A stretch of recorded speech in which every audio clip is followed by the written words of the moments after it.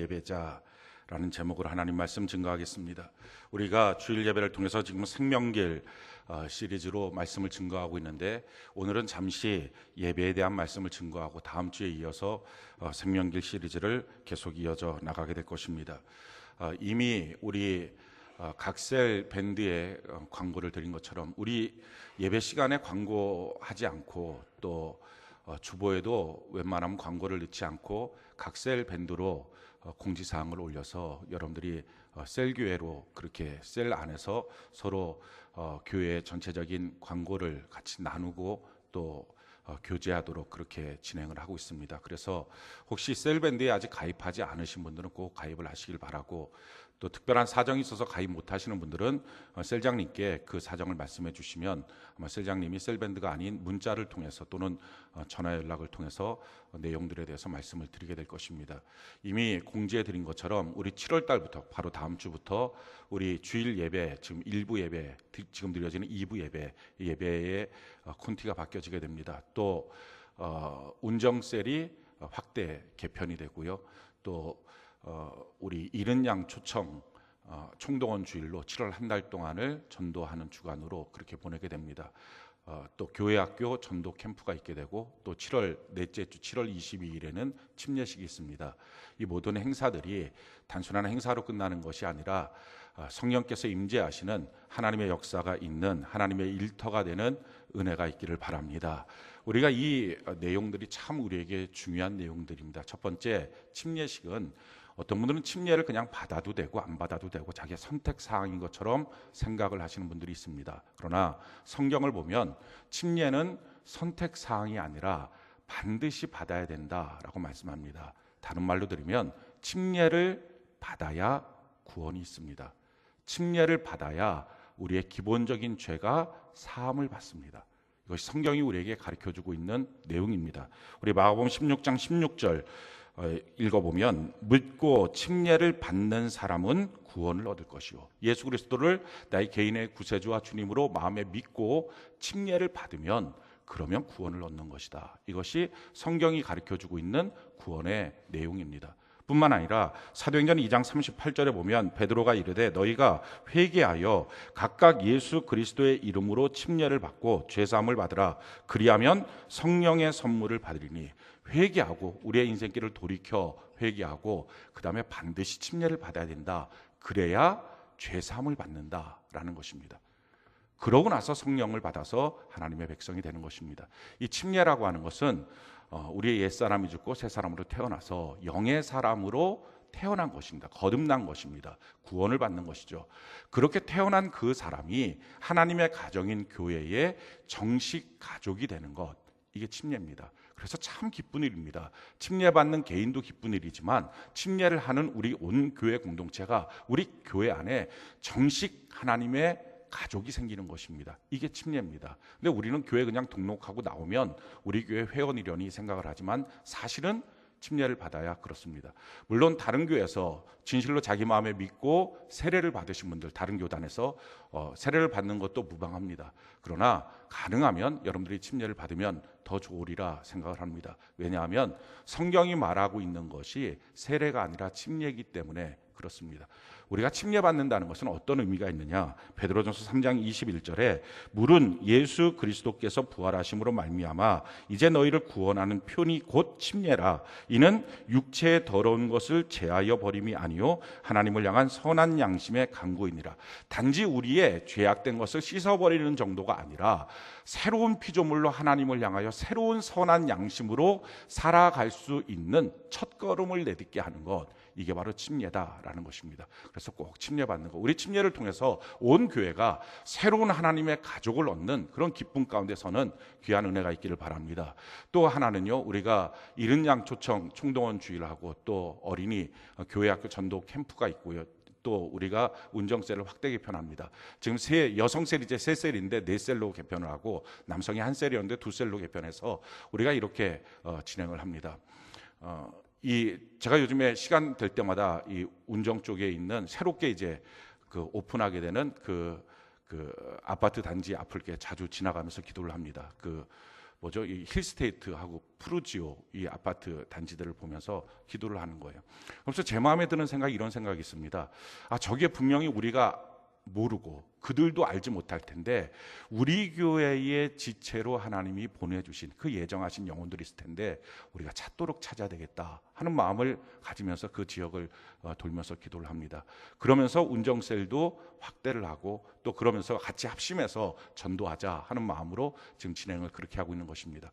그런 마음이 들면서 한 가지 또 드는 생각이, 그러면 이 교화 지역에 있는 분들은, 우리 교회 지체들은 다 온 건가? 꼭 그런 것 같지는 않아요. 왜냐하면 이렇게 옆자리를 보면 아직도 비어있는 자리들이 많은 걸 보면 아마 여기가 꽉 채워져야 되지 않을까 싶은 생각이 있습니다. 그래서 우리가 전도하는 거 필요하다 하는 것입니다. 또 한 가지는요, 전도할 뿐만 아니라 우리가 그동안에 우리 교회에 등록했으나 잘 사랑하고 우리가 섬겨주지 못해서 그래서 교회를 떠난 사람들을 다시 초청해서 우리 교회 지체로 제대로 잘 세우는 일들을 우리가 병행하자. 그런 차원에서 7월 달에 이른 양을 우리가 초청한다. 또 새로운 가족들을 또 우리가 찾아서 전도한다. 이런 운동들을 벌려서 우리 7월 달 5주가 있는데 이 5주 동안에 물론 29일이 우리가 총동원 주일 D-Day입니다. 그러나 나머지 모든 주간을 우리가 기도하는 주간 또 전도하는 주간으로 삼으면 좋겠다 하는 마음을 갖고 그렇게 우리가 힘써 전도하게 될 것입니다. 전도할 때 가장 중요한 것이 있습니다. 그것은 누가복음 15장 4절에 보면요, 너희 중에 어떤 사람이 양 100마리가 있는데 그 중에 하나를 잃으면 99마리를 들에 두고 그 잃은 것을 찾아내기까지 찾아다니지 아니하겠느냐. 전도는 그냥 훅 둘러보고 없는데요, 전도할 사람 없는데요, 그게 아니라 찾아내기까지 찾는 것입니다. 할렐루야. 이게 하나님의 방법이에요. 그래서 끝까지 누군가를 하나님이 분명히 예배해 주셨다, 이 마음을 갖고 찾는 것입니다. 저절로 예수 믿고 구원받지 않습니다. 그것은 하나님의 법칙이 아닙니다. 하나님의 법칙은 전도를 통해서만 구원받는 것입니다. 고린도전서 1장 21절 우리가 한번 읽어볼까요? 시작. 하나님의 지혜에 있어서는 이 세상이 자기 지혜로 하나님을 알지 못하므로 하나님께서 전도에 미련한 것으로 믿는 자들을 구원하시기를 기뻐하셨도다. 전도의 방법 이외에 다른 방법으로는 구원할 수 없다라는 것입니다. 그래서 꼭 전도하는 것, 예수를 먼저 믿었으면 믿은 우리가 다른 사람에게 찾도록 찾으며 전도하는 것, 이것을 통해서 누군가를 하나님이 구원하시겠다 하는 것입니다. 우리 7월 달에 그와 같은 일들이 넘치길 바랍니다. 또 한 가지가 예배 갱신입니다. 다음 주부터 우리 지금 드려진 이 예배, 또 일부 예배가 새롭게 갱신이 될 것입니다. 뜨거운 찬양, 간절한 기도, 또 기쁨의 헌신과 감사, 또 불같은 말씀, 생수 같은 말씀 선포되는 성령 충만한 예배가 되기 위해서 우리가 예배의 콘티를 새롭게 합니다. 근데 사실은 예배의 콘티를 어떻게 바꾸느냐, 이건 뭐 호불호의 문제가 있을 겁니다. 물론 우리가 보다 성경적으로 예배의 콘티를 바꿔갑니다. 그렇지만 호불호가 있을 텐데요, 그게 중요한 게 아니라 가장 중요한 것은 성령 하나님의 임재가 있어야 됩니다. 할렐루야. 그래서 우리가 기도로 준비할 때만이 온전한 성령의 충만한 예배를 드릴 수 있습니다. 우리가 기도로 준비하는 그런 예배가 되길 바랍니다. 지난주 주일날에 우리 예배위원 팀장님들과 더불어서 우리 예배에 대해서 이렇게 했으면 좋겠습니다 하는 의견들을 같이 나누었습니다. 그래서 그 팀장님들이 다 같이 좋습니다, 그렇게 합시다, 그래서 빨리 이 일을 진행하도록 합시다, 그래서 날짜를 못 박지 않고 그렇게 하고 이제 모임을 마쳐졌습니다. 그러고 나서 지난 주간에 한 가정에서 저를 신방 요청을 해서 신방을 다녀왔습니다. 근데 이 가정이 암에 걸린 환자가 있는 가정입니다. 병원에서 이 약을 한번 써봐라. 근데 검증되지 않는 약이었는데 이 약 써보면 뭐 효과가 있을 거다. 그래서 약을 써보라고 했는데 부작용이 생긴 겁니다. 그래서 온몸에 급속하게 한두 주 사이에 그냥 암이 확 퍼진 거예요. 그래서 시력하고 청력을 잃어버렸어요. 지난 주일날에. 그러니까 지난 주일날부터 아무것도 안 보이고 아무것도 안 들리는 거예요. 얼마나 황망하겠습니까? 그러니까 그런 답답함 가운데 있는데 이분이 저녁 때에 큰 소리를 이렇게 외쳤대요. 나 예배드리고 싶어요. 그래서 그 가족이 그래 빨리 목사님 모시고 예배드리자. 저를 오라 그래서 이제 제가 가서 예배를 드렸어요. 얼마나 가슴이 아픈지. 나아가고 있었거든요. 못 걷다가 걷기도 했거든요. 근데 완전히 한두 주 사이에 바뀌어버린 거예요. 그 모습을 보면서 가슴이 너무 아파서 이렇게 손을 붙잡고 울었어요. 아무것도 안 들리고 아무것도 안 보이는데 저 왔어요. 그랬더니 안녕하세요 목사님 오셨어요. 그러시더라고요. 붙잡고 울면서 기도하고 예배를 드렸어요. 그러면서 마음속에 드는 생각이 이분이 정말 이분의 영이 하나님을 예배하고 있구나. 지금 환경적으로 자기의 마음 상태 이거 뭐 얼마나 낙심이 되겠습니까? 자기 육체적으로 너무 불편하고 힘들 겁니다. 뭐 지금까지 평생을 눈을 뜨고 귀를 열고 살아왔는데 그게 하루아침에 그냥 하루에 잠겨버리니 이게 어떻게 살 수 있겠어요? 근데 너무 답답하고 힘든데 이분이 나 예배 드리고 싶어요. 나 예배 드릴 거예요.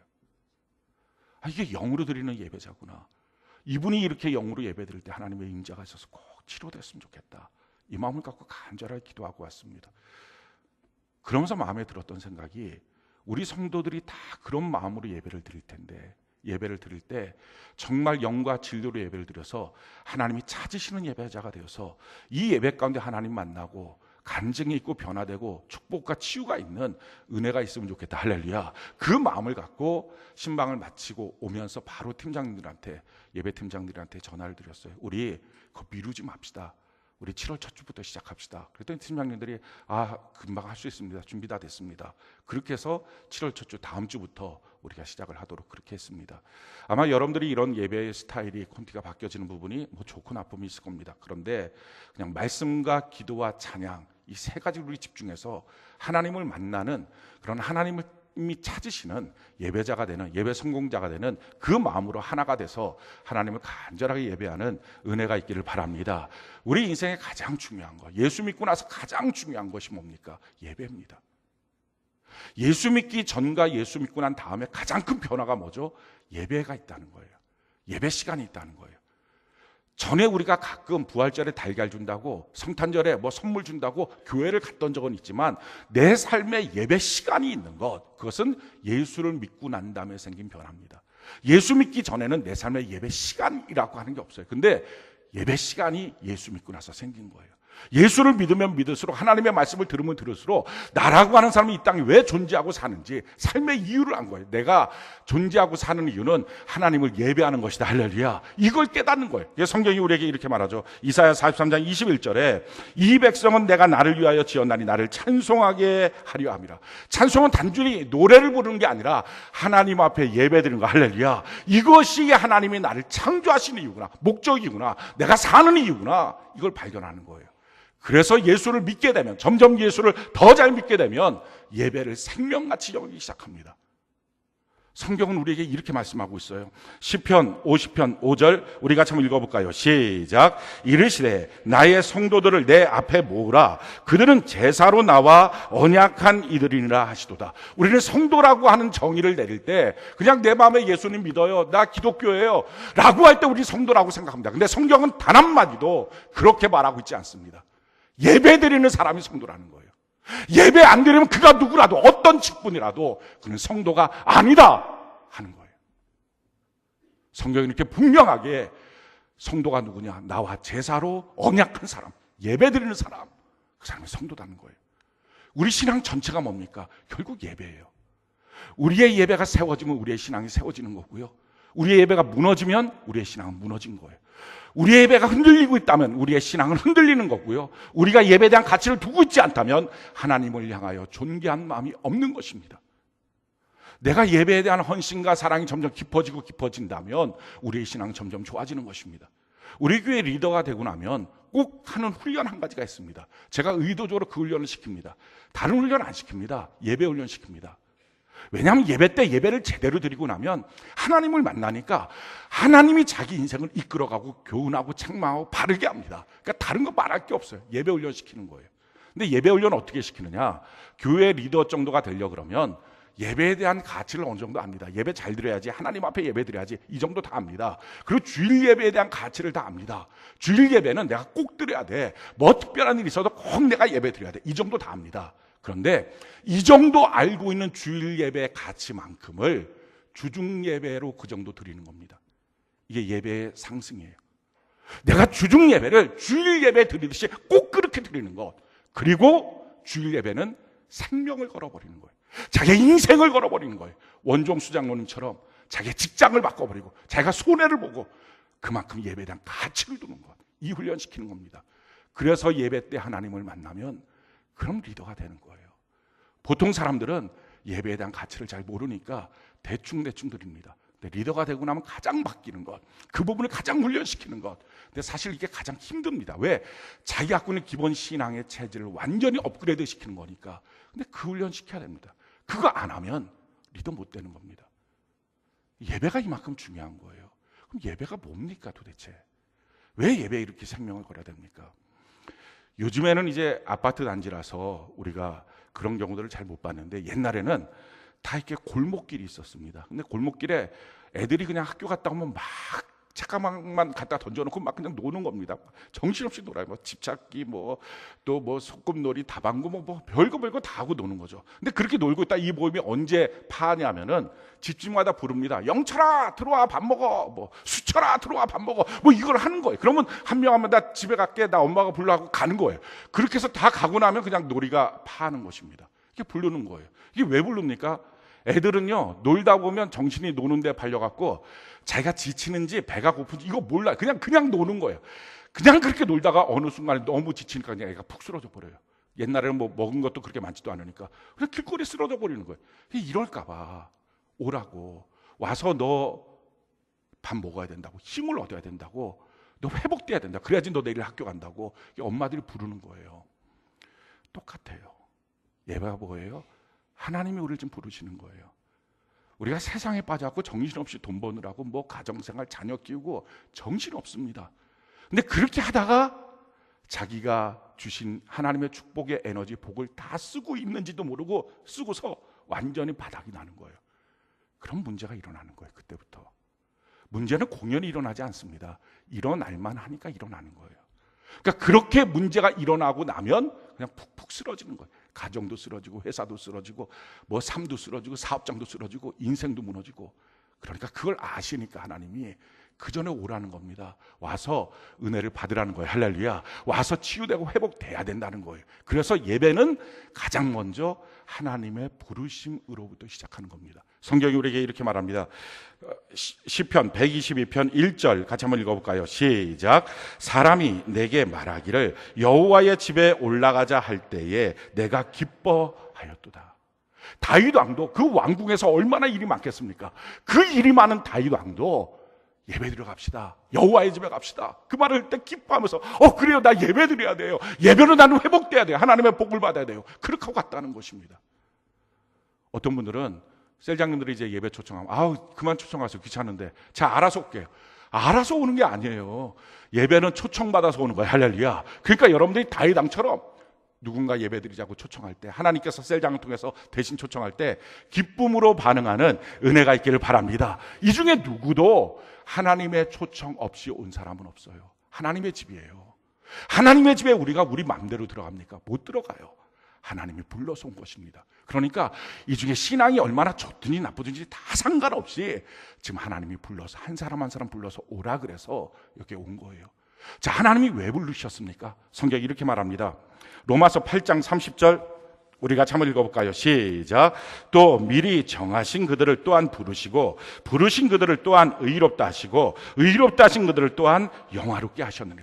하나님이 정해놓은 사람을 지금 부르는 것입니다. 그래서 오늘 여러분들이 하나님의 부르심을 받지 않은 사람은 한 명도 못 나오는 거예요. 다 부르심을 받아서 나오는 것입니다. 부르신 이들을 하나님 의롭다 하시고 할렐루야, 우리의 죄를 다 씻어주시고 우리를 영광의 길로 인도하여 주시는 것입니다. 그래서 하나님이 이렇게 말씀하시죠. 시편 147편 2절로 4절에 우리가 한번 읽어볼까요? 시작. 여호와께서 예루살렘을 세우시며 이스라엘의 흩어진 자들을 모으시며 상심한 자들을 고치시며 그들의 상처를 싸매시는도다. 그가 별들의 수요를 세시고 그것들을 다 이름대로 부르시는도다. 여호와 하나님 무엇을 하십니까? 예루살렘을 세우십니다. 교회를 세우십니다. 성전을 세우십니다. 그 다음에 뭘 합니까? 이스라엘의 흩어진 자들을 모으십니다. 각종 어디에서 다 흩어져 있는 사람들 지금 하나님 불러주신 거예요. 자, 부르신 하나님이 무엇을 하십니까? 상심한 자들을 고치시며 우리 마음이 상처 있고 우리 마음이 아프고 힘들고 괴로운 것 남들은 아무도 모릅니다. 근데 하나님이 오늘 이 시간에 고쳐주시게 될 줄로 믿습니다. 그 다음에 뭐라고 말하죠? 상처를 싸매주시는도다. 우리의 상처를 싸매주시는 것입니다. 살면서 돈 때문에 상처받고 또 가난 때문에 관계 때문에 또 직장생활에서 여러 가지 일들 때문에 질병 때문에 상처받은 우리의 상처를 하나님이 오늘 이 시간 싸매주시게 될 것입니다. 그러면서 우리를 아십니다. 그가 별들의 수요를 세시고 우리 한 사람 한 사람 별처럼 만들어주시고 마침내 그것들을 다 이름대로 부르시는도다. 하나님이 우리를 창조하신 목적대로 우리를 인도하여 주시게 될 것입니다. 그래서 이 모든 것을 통해서 예배 시간에 하나님 무엇을 하십니까? 예배 시간에 우리에게 오셔서 우리에게 복을 주시는 거예요. 지금 예배 시간이 얼마나 귀한 시간이냐. 하나님이 우리에게 오셔서 복을 주는 시간이에요. 성경이 우리에게 이렇게 말합니다. 출애굽기 20장 24절 우리 같이 한번 읽어볼까요? 시작. 내게 토단을 쌓고 그 위에 내 양과 소로 내 번제와 화목제를 드리라. 내가 내 이름을 기념하는 모든 곳에서 내게 임하여 복을 주리라. 사랑하는 성도 여러분, 지금 여러분들 직장에 복이 있는 게 아니에요. 사업장에 복이 있는 게 아니에요. 가정에 복이 있는 게 아니에요. 다른 어느 곳에 가서 복이 있는 게 아니에요. 하나님은 예배 시간에 우리에게 복을 주시는 거예요. 그리고 그 복을 갖고 가정에서 그 복을 사용하는 거예요. 직장에서, 사업장에서, 인간관계 속에 자기 인생을 살면서 그 복을 사용하는 거예요. 문제는 예배가 무너지고 나면 이 복이 없는 거예요. 가정에서 쓸 복이 없어요. 그러니까 가정이 악만 남아요. 직장에서 쓸 복이 없어요. 그러니까 직장은 무너지고 마는 거예요. 사업장도 마찬가지인 거예요. 하나님의 이 복을 받는 것, 이게 예배 시간이에요. 우리가 그러기 때문에 힘들고 어려울 때 그때 예배 드려야 됩니다. 아니, 더 정확하게 말하면 힘들고 어려울 때이기 때문에 더 진짜 예배에 집중해서 드려야 됩니다. 그때가 정말 하나님의 복이 필요한 거예요. 이용규 선교사님 내려놓음이라고 하는 책이 있는데 그 하버드 대학을 마치고 몽골에 가서 선교사 생활을 하신 분이죠. 아마 여러분들 많은 분들이 이 내려놓음이라고 하는 책들을 읽으셨을 겁니다. 근데 거기에 보면 예배에 대한 한 소녀의 반응이 나와요. 이 소녀가 예수 믿은 지 얼마 안 되는데 예배 시간에 막 임박해서 헐레벌떡하고 뛰어들어온 거예요. 막 땀 뻘뻘 흘리면서 왜 그렇게 널 땀 흘리고 들어왔니? 이 소녀가 하는 말이 소를 잃어버렸어요. 그 말을 하는 거예요. 이게 몽골에서 이 시골에서 소 한 마리는요 자기 인생 미천입니다. 그러니까 그 부모가 그 소녀한테 너 이 소 잘 키워라. 이걸로 너 시집도 가고 이걸로 너 인생 사는 거야. 그 소를 준 거예요. 근데 지금 그 소를 잃어버린 거예요. 하루 종일 뛰어다니면서 소를 찾았어요. 근데 소를 찾을 길이 없는 거예요. 몽골은요 지평선이 보여요. 사방으로. 어디로 이 소가 도망갔는지 뛰어갔는지 알 길이 없는 거예요. 하루 종일 찾는데 찾을 길이 없어요. 그러다가 저녁 예배 시간이 된 거예요. 소녀가 갈등을 했대요. 어떻게 할까? 예배를 드릴까? 소를 더 찾아야 될까? 소를 잃어버린 자기 인생은 그걸로 끝인데. 근데 그 마음속에 들었던 게 그래도 예배 드리자 하고 교회로 온 거예요. 그러니까 헐레벌떡 뛰어서 안 늦으려고 땀 뻘뻘 흘리면서 예배 시간에 들어온 거예요. 그 말을 듣고 예배를 드리면서 모든 성도들이 간절한 마음으로 기도를 한 거예요. 예배가 끝났어요. 참 기적적으로 예배가 끝나자마자 소름 소리가 들리더래요. 나가보니까 교회 앞마당에 그 소가 서 있는 거예요. 그러니까 찾아다녔던 소는 못 찾고요. 하나님이 보내주셔야 오는 거예요. 아멘이십니까? 이 예배의 기적이에요. 예배의 능력이에요. 그래서 성경이 우리에게 이렇게 말을 합니다. 시편 50편 14절로 15절 우리 같이 한번 읽어봅시다. 시작. 감사로 하나님께 제사를 드리며 지존하신 이에게 내 서원을 갚으며 환난 날에 나를 부르라. 내가 너를 건지리니 내가 나를 영화롭게 하리로다. 우리가 환난이 찾아왔을 때 어떻게 해야 된다고요? 감사로 예배부터 시작해야 된다는 거예요. 예배 때 하나님의 복을 받아야 된다는 거예요. 그리고 우리에게 주신 서원대로 갚아서 나가면서 기도하다 보면 하나님의 기적을 볼 수 있다는 것입니다. 그렇다면 이 귀한 예배 어떻게 드려야 될까요? 중요한 사실은요, 예배는 두 종류의 예배가 있어요. 성공한 예배, 실패한 예배, 두 종류예요.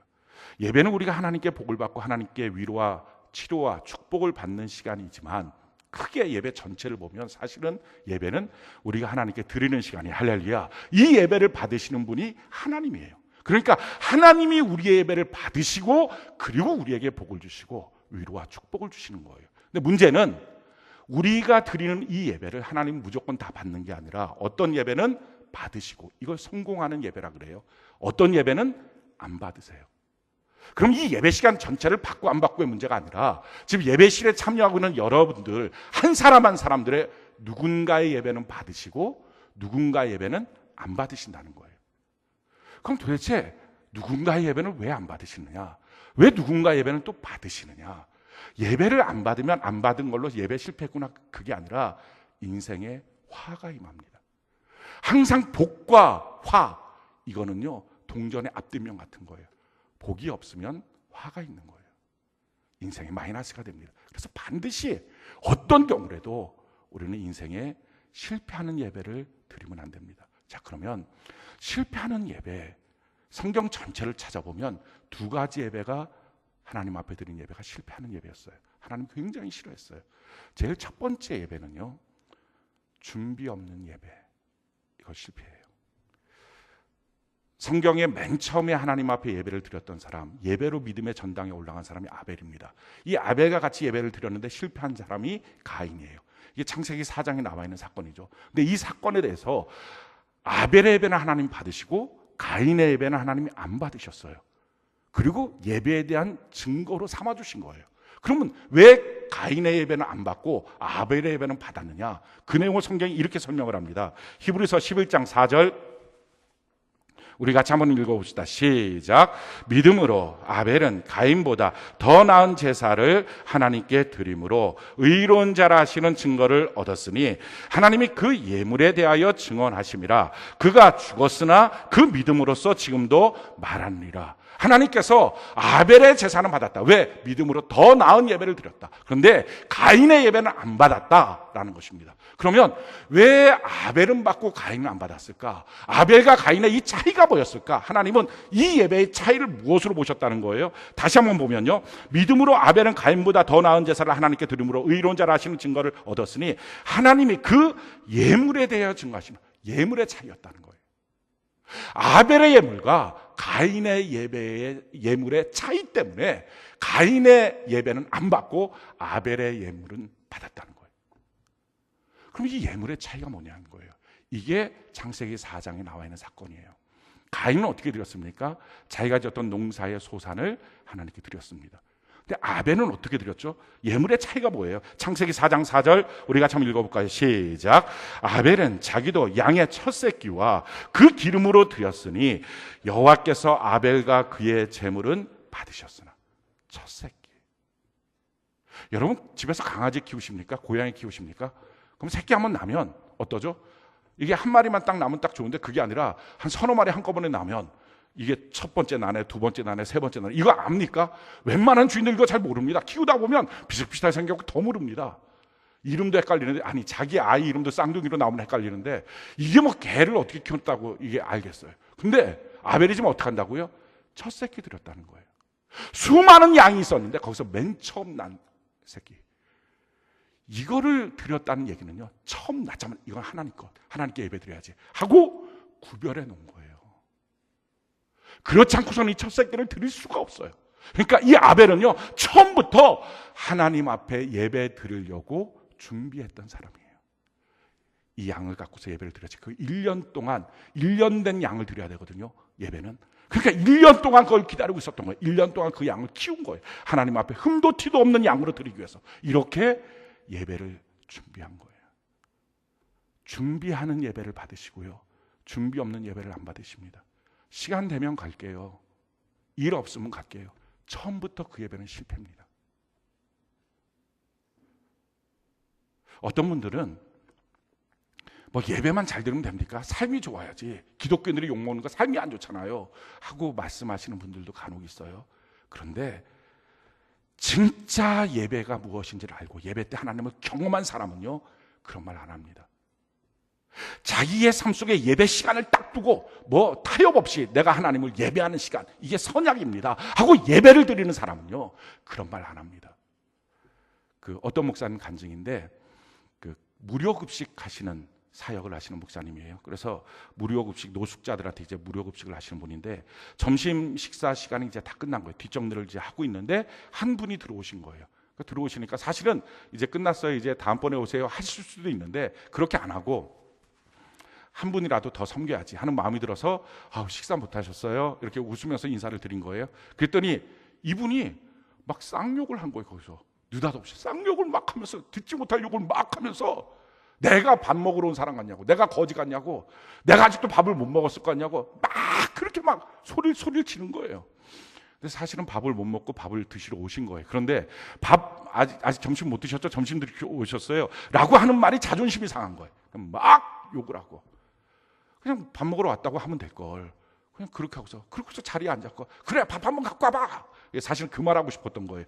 밥 한 번 갖고 와봐. 그렇게 하고 이제 밥을 갖고 오는데, 목사님이 그래도 마음이 너무 불편하긴 하지만 예, 앉으세요. 성도님 보고, 이제 다 뒷정리 끝난 성도님 보고, 여기 이 아저씨에게 식사 좀 갖다 드리세요 하니까 또 쌍욕을 하는 거예요.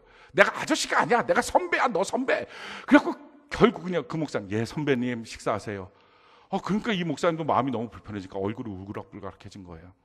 성도님들이 좀 밖에 나가서 쉬시라고, 화내고 싸우면 또 안 좋으니까. 그래서 나가 있는데 속이 안 풀리는 거예요. 이 화난 마음이 막 해결이 안 되는 거예요. 그러면서 아무리 우리가 섬기는 일을 해도 아닌 건 아닌 거지, 이렇게 예의 없는 사람인데 이건 가서 말 한마디 해줘야지, 이거 말도 안 되지, 막 그 생각이 들어서 가서 말해야 되겠다고 벌떡 일어나서 말하려고 하는 순간에 틱 하고 생각이 들어왔어요. 오늘 금요일인데, 오늘 저녁에 성령 예배 있는데, 그 순간에 자기 생각이 싹 정리가 되더래요. 자기가 여기서 싸우면 안 되지, 말하면 안 되지. 예배가 삶의 중심에 붙어있는 사람은요, 예배가 삶을 이끌어가야, 할렐루야, 그 삶을 어떻게 살아야 되는지가 결정이 돼요. 이게 뭡니까? 예배를 위한 삶이에요. 이렇게 예배를 위한 삶을 살면, 그러면 그 예배 때 하나님 만나고요, 그러면 예배로 인한 삶을 살게 돼요. 전혀 다른 인생을 살게 돼요. 그래서 예배 성공자가 삶의 성공자가 되는 거예요. 준비하는 예배, 내 삶의 시간에 예배 시간이라는 게 정해져 있는지, 타협하지 않는 예배 시간으로 하나님 앞에 드리는지, 이 예배를 하나님 받으십니다. 두 번째, 하나님 앞에 실패하는 예배, 그 예배는 뭐냐면은 예의 없는 예배예요. 어떤 한 교회 목사님이 부흥에 설교하러 가셨다고 합니다. 근데 그 교회 담임 목사님이 이 설교하러 오신 부흥의 목사님 보고, 설교 좀 짧게 해주세요. 우리는 예배 시간 전체가 1시간 안에 마쳐야 됩니다. 보통 부흥회는 좀 길잖아요. 근데 1시간 안에 마쳐야 됩니다. 네, 알겠습니다. 저 원래 설교 그렇게 길게도 안 하니까 짧게 하겠습니다. 근데 너무 궁금하니까, 근데 왜 1시간 안에 마쳐야 됩니까? 했더니 그 목사님이 하시는 말씀이, 우리 교회 장로님 한 분 계시는데 그분이 좀 괴팍하고 좀 고지식해갖고, 아니 예배 시간에 딱 1시간이 되면 벌떡 일어나서 가운데 길로 뚜벅뚜벅 이게 구두발 소리 내면서 나간다는 거예요. 그러니까 다 자기 보라는 거예요. 뚜벅뚜벅하고. 그분도 생각이 있겠죠. 1시간 넘으면 안 돼. 시간을 이렇게 딱 지켜서 해야지. 막 그냥 괜히 시간 이것저것 그냥 낭비하는 건 소용없어. 그냥 딱 시간 정해서 해야지. 이게 경종을 울려야 돼. 아마 이런 생각이 있어서 그렇게 하겠죠. 다 좋다는 거예요. 근데 한 가지, 정말 하나님이 그 앞에 계신다고 그가 믿고 알고 있다면 그렇게 행동할까? 그 사람 한 번도 하나님 앞에서 예배해 본 적이 없는 사람이에요. 예의 없는 예배자, 하나님 받지 않아요. 성경이 우리에게 이렇게 말합니다. 말라기 1장 6절로 8절 우리 같이 한번 읽어볼까요? 시작. 내 이름을 멸시하는 제사장들아, 나 만군의 여호와가 너희에게 이르기를, 아들은 그 아버지를, 종은 그 주인을 공경하나니 내가 아버지일진데 나를 공경함이 어디 있느냐? 내가 주인일진데 나를 두려워함이 어디 있느냐 하나, 너희는 이르기를 우리는 어떻게 주의 이름을 멸시하였나이까 하는도다. 너희가 더러운 떡을 나의 제단에 드리고 도 말하기를 우리가 어떻게 주를 더럽게 하였나이까 하는도다. 이는 너희가 여호와의 식탁은 경멸히 여길 것이라 말하기 때문이라. 만군의 여호와가 이르노라, 너희가 눈먼 희생 제물을 바치는 것이 어찌 악하지 아니하며 저는 것 병든 것을 드리는 것이 어찌 악하지 아니하냐. 이제 그것을 너희 총독에게 드려보라. 그가 너를 기뻐하게 했으며 너를 받아주겠느냐. 사람 앞에서도 하지 못할 행동을 예배 시간에 한다면 그 예배 하나님이 받아주겠느냐, 지금 그 얘기예요. 우리가 누군가의 사람을 만날 때, 나에게 어떤 유익을 주는, 나에게 어떤 이익을 주는 어떤 사람들을 만나게 될 때 습관적으로 늦습니까? 그렇지 않아요. 습관적으로 예배를 듣는 것. 또 벌떡 앉자마자 핸드폰 보고 계속 핸드폰 그냥 바라보고 있는 것. 졸다 깨다가 망상하고 딴 생각을 하고 있는 것. 사람 앞에서도 하지 못할 이 무례함. 하나님은 이런 예배를 받지 않겠다는 거예요. 실패한 예배예요. 그렇다면 우리가 어떻게 하나님을 예배해야 될까요? 오늘 성경이 하나님을 예배하는 것에 대해서 우리에게 이렇게 가르쳐 주십니다. 우리 23절, 24절, 요한복음 4장 23절, 24절 우리 같이 한번 읽어봅시다. 시작. 아버지께 참되게 예배하는 자들은 영과 진리로 예배할 때가 오나니 곧 이때라. 아버지께서는 자기에게 이렇게 예배하는 자들을 찾으시느니라. 하나님은 영이시니 예배하는 자가 영과 진리로 예배할지니라. 뭐라고 말씀하십니까? 아버지께 참되게 예배하는 자들은, 이 말의 뜻은 뭡니까? 거짓되게 형식적으로 잘못된 가짜 예배를 드리는 사람들이 있다 하는 것입니다. 진짜 예배, 참된 예배를 드려야 된다는 것입니다. 하나님이 받으시는 예배. 그러니까 하나님이 받지 않는 예배를 드리고 돌아가니까 예배 드려도 힘만 든 거예요. 인생이 마이너스인 거예요. 회복이 안 되는 거예요. 진짜 예배, 하나님을 만나는 예배, 하나님의 치유와 회복이 있는 예배, 축복이 있는 예배. 이 예배를 어떻게 드려야 될 것이냐? 예배를 드리는 사람은 영과 진리로 예배해야 된다. 이렇게 예배하는 자를 하나님이 찾아오신다. 할렐루야. 지금 이 예배 가운데 오신 하나님이 오늘 지금 이 시간에 영과 진리로 예배하는 자를 찾아오시게 될 것입니다. 그 사람이 하나님을 만나고 하나님을 만난 간증과 기적이 넘치게 될 것입니다. 하나님은 영이시니 예배하는 자가 영과 진리로 예배할지니라. 자, 그렇다면 영으로 드리는 예배가 무엇입니까? 사람은요, 육이 있고, 지금 보여지는 육이 있고, 그 안에 사람의 마음과 생각이라고 하는 혼이 있어요. 그리고 그 혼 더 깊은 데에 영이 있어요. 성경이 우리에게 이렇게 말합니다. 데살로니가전서 5장 23절 우리 같이 한번 읽어봅시다. 시작. 평강의 하나님이 친히 너희를 온전히 거룩하게 하시고 또 너희의 온 영과 혼과 몸이 우리 주 예수 그리스도께서 강림하실 때에 흠없게 보존되기를 원하노라. 자, 우리가 몸이 지금 있고요. 그 다음에 우리 마음, 생각이 있습니다. 느낌이 있습니다. 자, 이게 있는데 이것 안에 더 깊이 들어가면 영이 있어요. 우리가 예수 믿기 전에는 그 영이 없었어요. 죽었어요. 근데 예수 믿고 난 다음에 우리에게 영생을 주셨어요. 할렐루야. 영원한 생명인 이 영을 주신 거예요. 그래서 영이 있으신 아버지 하나님과 영이 죽었던 우리는 단절되어 있던 우리가 예수를 믿는 순간에 영이 들어와서 할렐루야. 그래서 아버지 하나님과 우리가 동질감이 되어서 우리가 하나님을 향해서 아빠, 아버지라고 부를 수 있게 된 거예요. 기도가 된 거예요. 그때부터. 영이 우리 안에 있습니다. 근데 예배를 어떻게 드려야 된다고요? 영이 주도하는 예배를 드리라는 거예요. 오늘 예배 드릴 컨디션 아니야. 몸 말고. 오늘 예배 드릴 마음이 아니야. 오늘 마음이 많이 복잡해. 오늘 마음 좀 힘들어. 그런 식의 예배 말고 내 영이 주도하는 예배. 할렐루야. 지금 환경, 상황, 처지, 느낌, 이 사람이 앞에서 나 예배 드리기 싫어, 저렇고 이 모든 것들 다 내려놓고 내 영이 튀어나와서 할렐루야. 영이 하나님을 예배하는 예배, 이 예배를 드리는 사람을 하나님이 찾아가겠다라는 거예요. 영이 드리는 예배가 무엇입니까? 요한계시록에 보면요, 우리가 다 죽고서 하나님 앞에 가면 우리의 육도, 우리의 혼도 죽었잖아요. 영만 있잖아요. 그 영이 하나님께 드리는 예배를 그림으로 보여주고 있어요. 성경이 우리에게 이렇게 말합니다. 요한계시록 7장 9절로 12절 우리 같이 한번 읽어봅시다. 시작. 이 일 후에 내가 보니 각 나라와 족속과 백성과 방언에서 아무도 능히 셀 수 없는 큰 무리가 나와 흰 옷을 입고 손에 종려 가지를 들고 보좌 앞과 어린 양 앞에 서서 큰 소리로 외쳐 이르되 구원하심이 보좌에 앉으신 우리 하나님과 어린 양에 있도다 하니 모든 천사가 보좌와 장로들과 내 생물의 주위에 서 있다가 보좌 앞에 엎드려 얼굴을 대고 하나님께 경배하여 이르되 아멘. 찬송과 영광과 지혜와 감사와 존귀와 권능과 힘이 우리 하나님께 세세토록 있을지어다. 아멘 하더라. 자, 이처럼 하나님께 나서 큰 환난을 당한 이들이 육신의 어떤 아픔의 조건들을 넘어서서, 마음의 상처 입은 조건들을 넘어서서 하나님을 향하여 큰 소리로 외치며 서서 하나님을 찬양하고 하나님을 높이고 아멘하며 예배했다. 이런 예배예요. 이게 영으로 드리는 예배예요. 우리의 육신이 제한하지 않는 예배, 우리의 마음과 감정의 상태가 오늘 아침에 이런 일이 있어서, 어저께 저녁에 나는 이런 속상한 일이 있어서, 이런 감정의 상태가 제한하지 않는 영이 드리는 예배, 지금 그렇게 예배드리겠다고 결심하고 예배드리는 자를 하나님은 찾아가 주십니다. 그리고 만나 주시는 거예요. 치료하시고 회복시켜 주시는 거예요. 어떤 사람들은요, 마음이 속상한 거 다 떼요. 나 속상해, 나 힘들어 죽겠어, 나 건들지 마. 아주 막 이렇게, 어떤 사람 화나면 화난 거 도끼가 바짝 오른 대로 그대로 있어요. 기분 나쁜 거, 막 힘들면 힘든 것. 언제 우리가 하나님을 향하여 영으로 예배를 드릴까? 하나님이 받으시는 예배, 영의 예배. 두 번째는요, 어떤 예배를 드립니까? 진리의 예배예요.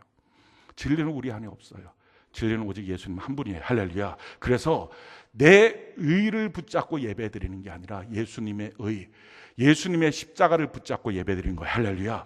그렇기 때문에 어떤 사람들은요, 자기 의를 붙잡고, 자기가 지난 한 주간 좀 괜찮게 살았으면 예배 드릴 때 자신 있게 들어오고, 뭐 별일 없었으면 막 예배 드리고, 막 전도했고, 또 헌금도 또 준비했고, 막 이러면 막 기세 등등하게. 근데 지난 한 주간 막 힘들고 싸우고 힘들었으면 그냥 기운이 푹 빠져서 내가 죄인인 것처럼, 자기 의가 아니라 예수의 십자가를 붙들고 예배드리시기 바랍니다. 좀 얼굴에 철판도 깔고, 내가 어떻게 살았던 상관없이 나는 오늘 이 시간에 예수님의 피를 힘입어 예배를 드립니다. 그리고 나는 이 예배로 나는 회복될 것입니다. 나는 예배로 죄를 용서받을 것입니다. 나는 예배로 새로운 인생을 살 것입니다. 하나님의 복을 받고 살 것입니다. 이렇게 당당하게 진리의 말씀, 진리의 예수님의 십자가를 붙들고 나와서 예배드린 사람, 지금 그 사람을 하나님이 찾아가 주겠다는 거예요. 성경이 우리에게 이렇게 말합니다. 히브리서 10장 19절로 20절 우리 같이 한번 읽어볼까요? 시작. 그러므로 형제들아, 우리가 예수의 피를 힘입어 성소에 들어갈 담력을 얻었나니 그 길은 우리를 위하여 휘장 가운데로 열어놓으신 새로운 살 길이요, 휘장은 곧 그의 육체니라. 사랑하는 성도 여러분, 우리가 지금 예배합니다. 이 중에서 단 한 명도 자기의 생각으로 나온 사람들 없어요. 아버지의 집이에요. 하나님이 불러서 온 것입니다.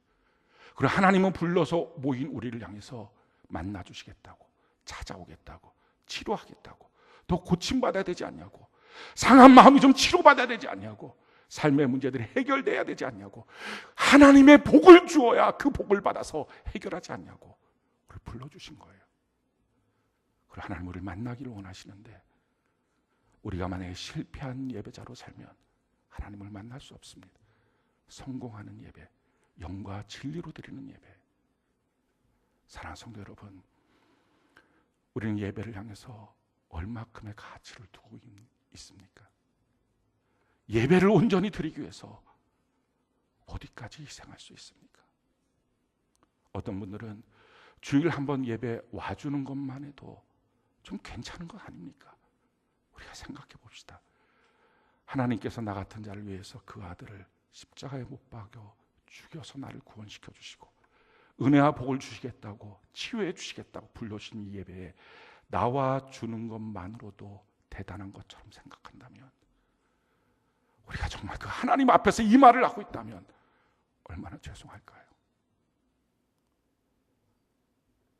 우리가 자주 부르는 찬양 가운데 어린 양 찬양하리, 그 하나로 난 충분해요. 사람들이 다 등 돌리고 설 수 있어요.